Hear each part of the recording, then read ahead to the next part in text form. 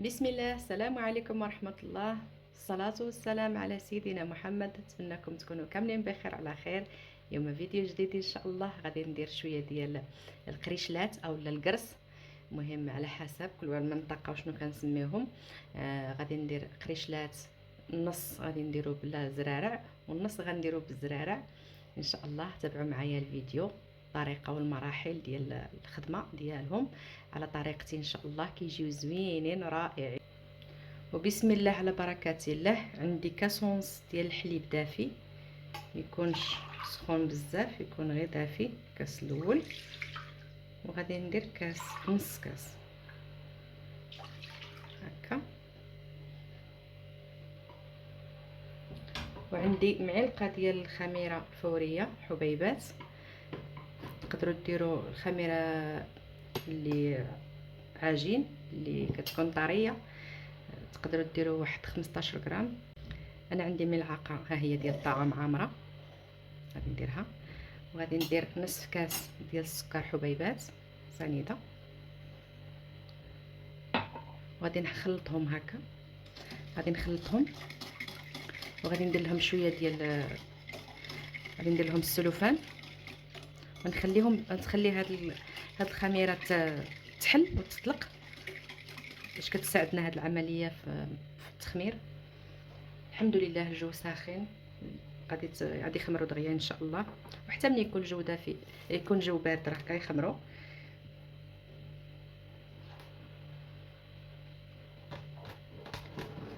نديرهم هكا ونخليها ترتاح واحد 10 دقائق وغنكمل لها 11 دقيقه وغنكمل لها الخدمه.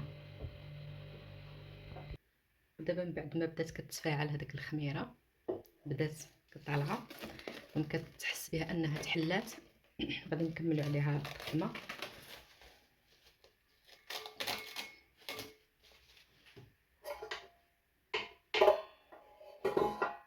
غادي نزيد عليها، عندي جوج ابيض البيض وبيضه صفر.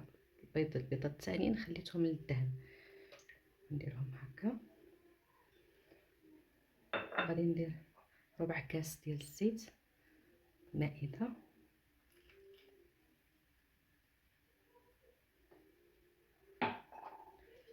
بسم الله. وغادي ندير شويه ديال الملحه حتى نديرها مع الدقيق. نخدم مزيان هذا الخليط.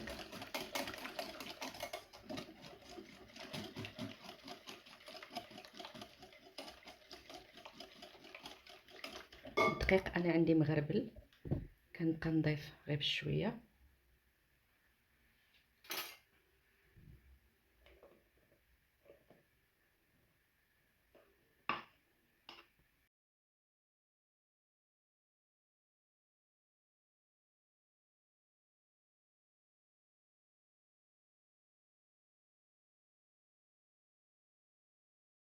غادي نزيد دقيق واحده. وفي هذه المرحله غادي ندير شويه ديال الملحه،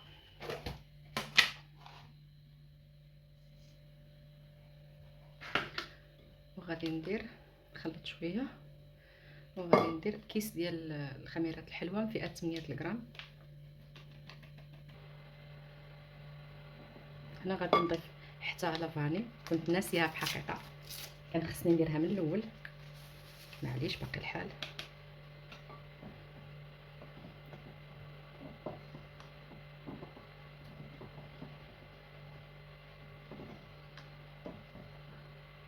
هنا ملي بدات كتقال ليا العجين غادي نضيف واحد المعلقه ديال الماء زهر، ها هي شويه، معلقه عامره ديال الماء زهر، اولا سكر منسم بزهره البرتقال، حتى هو كيعطي مذاق زوين بحال مذاق الزهر. تقدروا حتى هو تبدلوه بلاصه الكيس الفانيل. ودابا غادي نبقى نخدم هذا الشيء هكا بشويه، ونزيد باقي الطحين باقي ما وصلتش للقوام. دابا غادي نحيد هاد الراب اليدوي وغادي نبقى نخدم بيدي. انا صافي تقالت عجين، غادي تخدم باليد.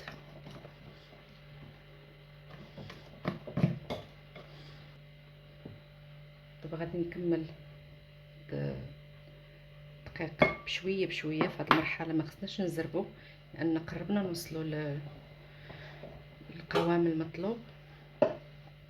خصنا نخليو العجينه شويه مرخوفه، ما نديروهاش قاصحه.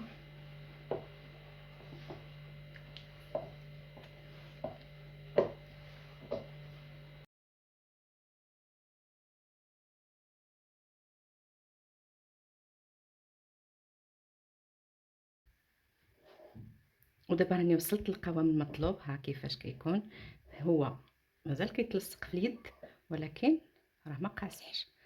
هانتيا دابا غادي ندير لها واحد المعلقه ديال الزبده. غادي نحاول ندخلها في هذا العجين هكا، نبقى نخدم بها شي شويه. هاد الزبده كتعطينا الطراوه وكيبقاو لنا القراش مده بلا ثلاجه وكيبقاو رطبين، كتحافظ لنا على الرطوبه ديالهم. كل ما كانت الزبده نوعيه مزيانه قد ما كان حسن.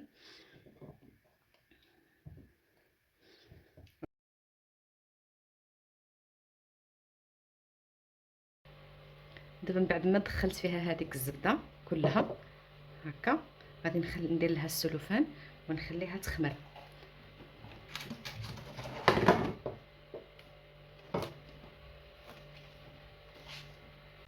ودابا من بعد ما العجين ديالي خمرات، ها هي دابا غادي نقسمها على النصف غادي نديرو بالجنجلان والنافع، والنصف غادي نديرو بالشوكولا. غادي نخليه بمذاق الفانيل. كيفاش تبارك الله، بحال اللي كنا كندلكو فيها وهي راه غير خمرات هكا.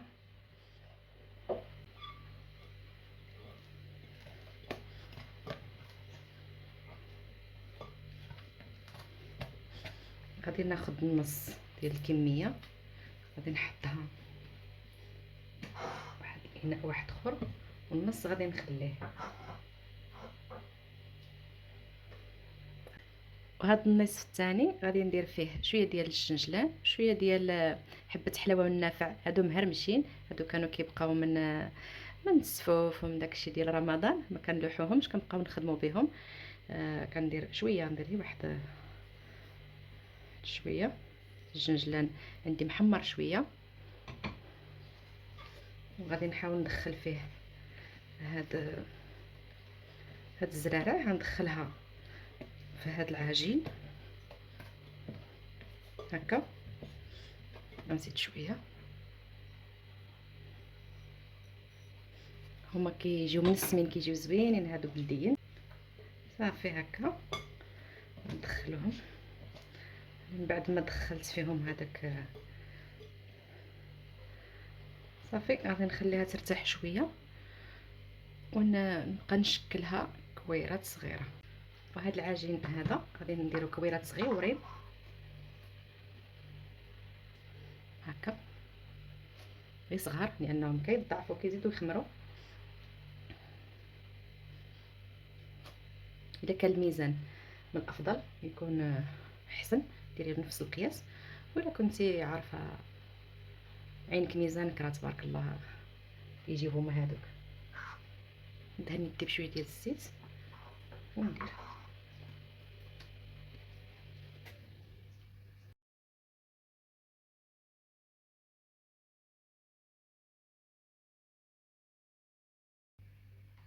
دابا عندي طريفات ديال الشوكولات غادي نديرهم هكا. غنحاول نجمع عليهم هي الاطراف ديال العجين هكا، ديال هاد الكويرات هكا.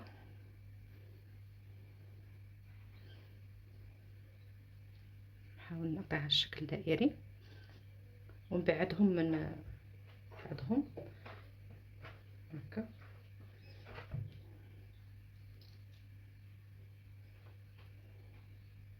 غادي نشد طريف ديال الشوكولات ونحطو هكا ونجمع عليه. ما ندخلوش لداخل بزاف باش ما يخرج ليا من الفوق، نخليه غير في الوسط هكا. العجينه راها رطبه وكتحكمي فيها مع استعانه بشويه ديال الزيت. كنخليهم متباعدين من بعضهم.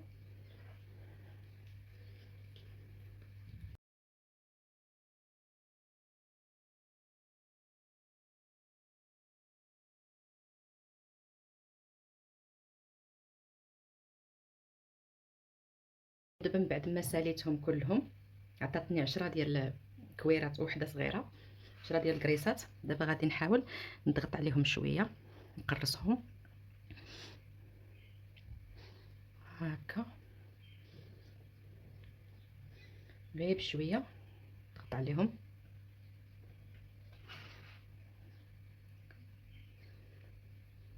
باش ما يجيوش منفخين بزاف وعوجين هكا.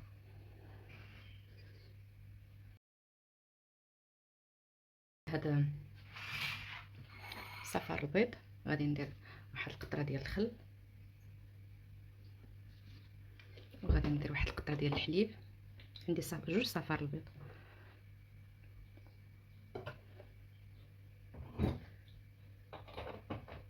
وغنطلقهم شويه بفرشيط.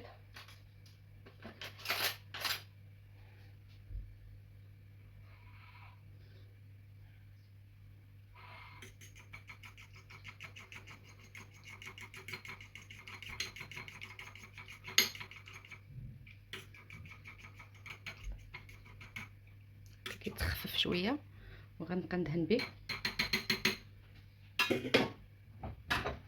ندهنهم دابا قبل ما يخمروا، لان ملي كيخمروا يقدر يتفشوا. دابا من بعد ما دهنتهم كلهم غادي ندير لهم شويه ديال اللوز ايفيلي اولا الجنجلان اولا كاوكاو مهرمش اولا اللي بغيتو. ما عندي انا اللوز متوفر ايفيلي، غادي نحاول نديرو هكايا.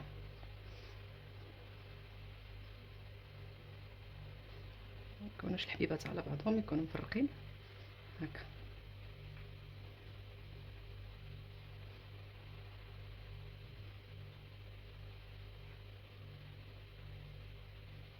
ولا الا مبغيتوش ديروا فيهم كاع، دهنوهم غير بالبيض وحتى يطيبوا، ودهنيهم بالمربى اولا العسل، وديري عليهم الكوك، كيجيو فنين، كيعطيوهم عاد واحد الرطوبه احسن من هذا الشيء هكا اللي كيطيب معاهم.